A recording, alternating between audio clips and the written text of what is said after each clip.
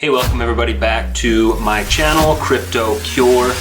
I go over everything in this channel of how to onboard your money, different things about crypto that you might not know. And my goal is to teach as much as I know to people that I know and people that I maybe don't know. If I can help you in any way learn more about crypto, then you are going to have more success and more possibilities of becoming financially free from our current monetary policy and from hyperinflation and things like that. One story that I like to tell a lot of people is someone I met from Venezuela, and they had hyperinflation in their country. And the thing that I asked them, I said, oh, what did you guys use for money? Because their money was valueless. First, I asked him, did you guys use gold and silver? Like, what did you use to transact? And he said, no, most people use cryptocurrency to actually transact because it was faster, it was easier. You can actually transact with people outside of the country and import goods and services and things like that, as long as your government will let you. Obviously, their government didn't want anybody to use anything other than their currency, but it had no value because they printed so much of it that it was valueless. And currently in America and a lot of other countries, we are staring down the same barrel of hyperinflation. And so learning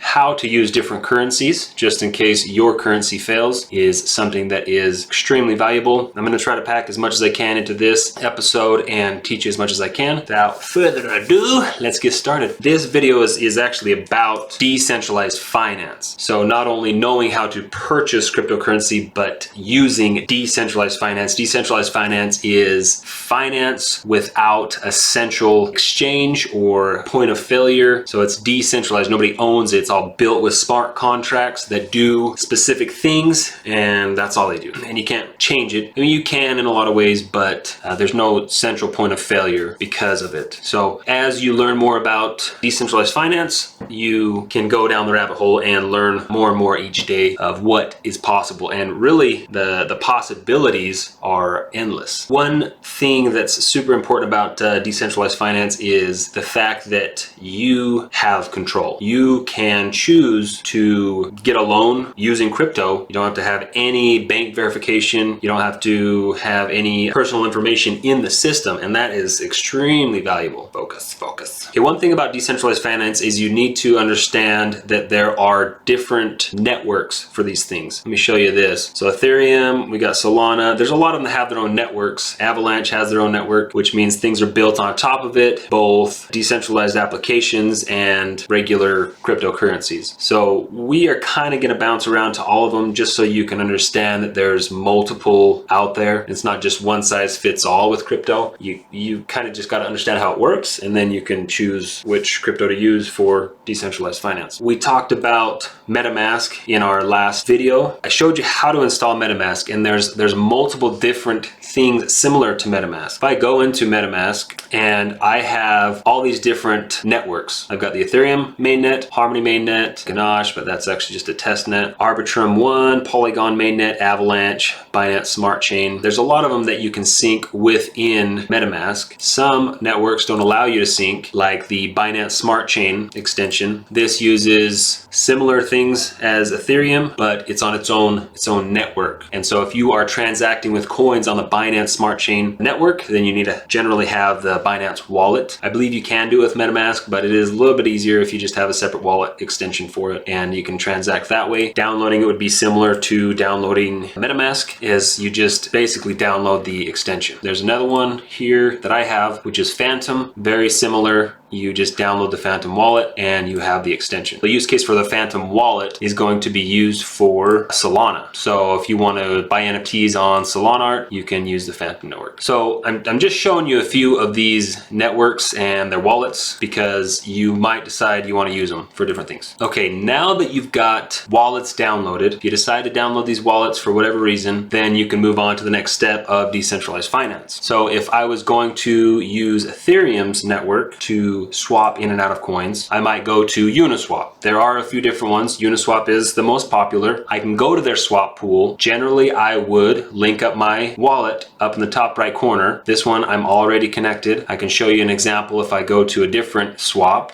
which is PancakeSwap in this example. With PancakeSwap, it links to the Binance Smart Chain. So I would click that, click the Binance, then I would log in, and now I'm connected. Now I can start my swaps. I don't have any balance in here. I might have 0.0079, which is not going to get me anything, but that's just a leftover from a previous transaction that I had. If I go back to Uniswap, I'm jumping back and forth. This isn't a tutorial on how to use every single swap. It's just a tutorial on swaps in general, on decentralized finance and wallets. So I'm going to show you a little bit more use case on Uniswap. So say I decide I want to sell Ethereum. So say I wanted to buy some Aave. Say I wanted to buy 0.30 of an Aave, which one Aave is $198 or equal to 0.06 Ethereum. So if I wanted to buy a whole Aave, I would do 0.06503, and that should get me close to one Aave, 0.99999. Anyways, as soon as I decide, okay, that's what I want to do, I would hit this swap button. It's gonna confirm that I wanna swap it. I'm gonna confirm that, I'm gonna go over to MetaMask, and it's going to ask me to verify this transaction. Now, if you look here, it shows the gas fee. You might have heard about gas fees. It's basically what it costs to transact on the network. Ethereum has crazy high gas fees because so many people use it, and it wasn't necessarily built to handle this many people using it without the fees going crazy. So right now the fees are $377. So it would cost me almost double to transfer my coin. This is a really good reason why we would use a different exchange. If you use most any other token, you are going to have less fees. Ethereum is just so heavily used. So many people buy NFTs on them. The transactions are just crazy. So I'm going to reject this. I obviously don't want to make that swap. That is going to lose me money. Even if Aave doubles in value, I would still be losing money. And for a coin to double in value, it definitely happens, but that would be a long waiting game, and I don't want to do that just for the sake of a video. Something like PancakeSwap, the fees are going to be cheap on the Binance network.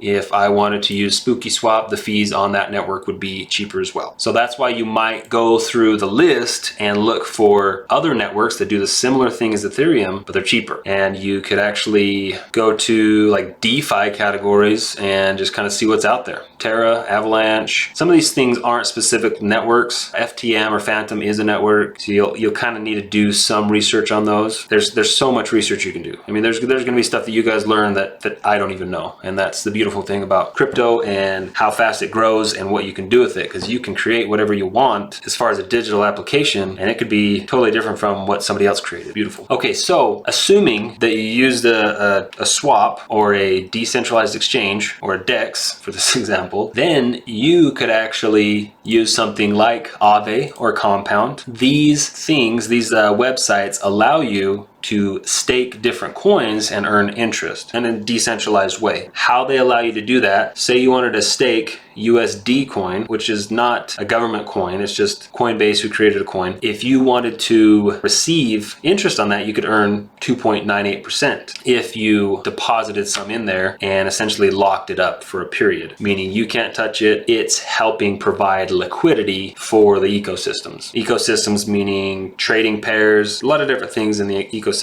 of what you would need liquidity for. Similar, if I wanted to borrow these coins, I could borrow coins. I just have to put up my own collateral, essentially using coins. I could lend and borrow money in the crypto world without ever having anybody know what my name is, which is beautiful. Same thing with Compound. They do a similar thing. You can use these platforms, stake your coins and earn interest. You can also go to, let's just say Uniswap, and they have things called pools. Maybe we can go to PancakeSwap and it'll show one. PancakeSwap has some pools. They're loading right now. So what happens with pools is essentially you provide liquidity for a certain trading pair. Meaning if I have the cake token, which is the pancake token, PancakeSwap has their own token called the cake token. I have cake token and I have the Binance token. Say I have $1,000 of each. I decide to put them up as liquidity. That allows other people to transact between those two coins on the decentralized exchange, and it gives me interest. It gives me rewards for doing that. Essentially, I'm acting as the bank, helping facilitate these transactions by staking up my money or putting it in a pool or yield farming, things like that. This provides liquidity for those trading pairs. So say somebody wants to buy the cake token and they have the Binance token to buy it with. My money that's in that pool would help facilitate that transaction. Now, generally there is tons of money locked up in these pools and contracts and stakes that allow all this liquidity to happen. So if somebody creates a new coin and they decide to list it on one of these exchanges, these decentralized exchanges, that way they don't have to go through regulation and put them on a centralized exchange, they can do that. They just provide liquidity. They put up money so that people can go and trade their token without it being canceled. Normally you got to have a buyer and a seller, but with a liquidity pool, there's enough money in there going back and forth between the trading pair that it works itself out. Kind of an in-depth look at what's possible with cryptocurrency, trading pairs, pools, farms. It's a beautiful thing. If you look at this farm tab here, you can see that the interest you can earn is 42%.